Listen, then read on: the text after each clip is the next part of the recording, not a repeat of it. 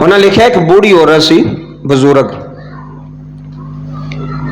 ਉਹਦਾ ਬੱਚਾ ਗੁੰਮ ਹੋ ਗਿਆ कई सालों तो, वो बच्चा नहीं सी ਲੱਭਦਾ ਪਿਆ। उस औरत का मामूल सी कि वह सुबह उठ के ना 2 रोटियां पकाती सी। किनियां? इधर तवज्जो करो, 2 रोटियां उन्हें पकानियां, एक रोटी उन्हें आप ही खा लैनी, एक रोटी जिहड़ा ना अपनी खिड़की विच ना पौने विच पा के ते रख छड़नी। वो कोई राहगीर जांदा जे किसी नूं भुख लगी होए तो रोटी लैके ते जाके खा लेगा। यह उहदा ज़हन सी, नीयत ये सी। किनियां रोटियां पकानियां जी?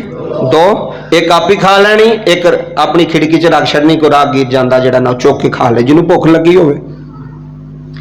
ये मामूल उंज घर विच भी बनाया करो, रोटियां जिहड़ियां ना वो वध पकाया करो। कोई मंगण वाला कोई आ जांदा ना, फिर उन्हें बंदा दे छड्डदा।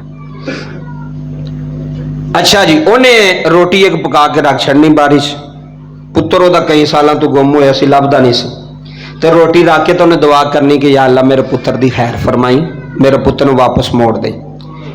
वो एक बजुर्ग आया चिट्टी दाड़ी वाला, उन्हें वेख्या भी रोटी पई है, उन्हें उत्थों रोटी चुक के तो लै जानी, तो रोजाना जाके ना रोटी खा लैनी। जिन्होंने भुख लगी होवे ना, एक रोटी की भी बड़ी कदर कीमत होंदी है। तो जिन्हें सामने 10-10 20-20 पईयां होण, वो अद्धी खा के ते अद्धी तरोड़ के सुट छड्डदे ने भी इहदा कंडा नहीं पक्का।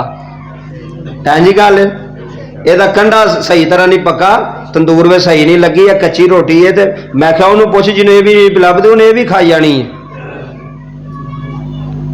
उन्हें ये भी खाई जानी है, क्योंकि उन्हें भुख लगी है।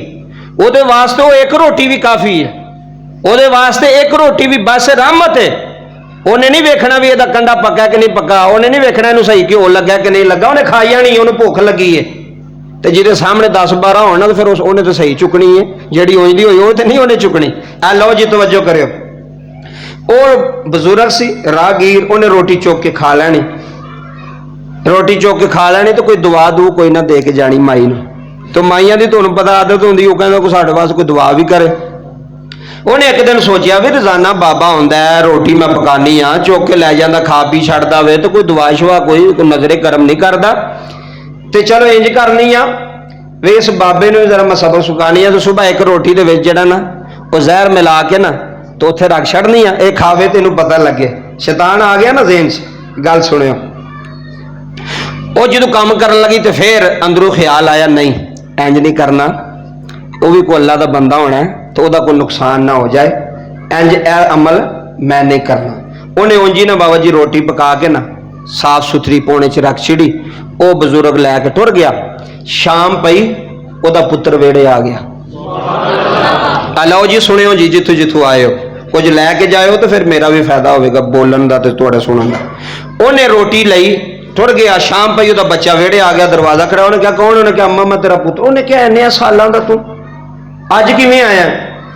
उन्हें क्या अम्मा मैनू 3 दिन हो गए सन, भुख लगी सी। ऐ हुण तसव्वुर करियो जरा गल दा, वेखियो कित्थे गल मुक्कन लगी। उन्हें कहा कि अगर मैनू कोई रोटी खाण पीण वास्ते चीज़ ना मिलती तो समझो भी मेरे आखिरी साइस है, मैं मुक जाना सी।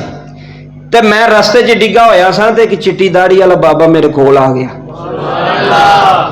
उन्हें आके ना मेरे मुंडे ते हथ रख के उन्हें कहा रोटी खानी है? हाय हाय, वाह सोने रब्बा तेरे निज़ाम, वाह मालका तेरे निज़ाम कैसे ने, इंसान नहीं समझ सकता, लेकिन रब का निज़ाम है। रोटी खानी है? उन्हें कहा बाबा मैं तो भुखा मर चला, 3 दिन हो गए कुछ खादा नहीं, दियो। उन्हें ओ ही रोटी केड़ी, ओ माई वाली, ओ ही रोटी माई वाली उन्हें उन्होंने दी। उन्हें कहा बाबे ने पौने में वलेटी रोटी मैनू दी। माई दे फौरन ज़हन च ख्याल आया। उन्हें कहा जे मैं उहदे विच जहर पा देंदी तो रोटी किने खानी सी, ते नुकसान तो मेरा ही होना सी ना। जेड़ा किसी का नुकसान सोचता किसी का नहीं होंदा, मेरी गल याद रखियो। जेड़ा आंदा जी इहनूं मैं नुकसान दे छड़िया या मैं इंज कर छड़िया, तू कौन करन वाला? रब है करन वाला।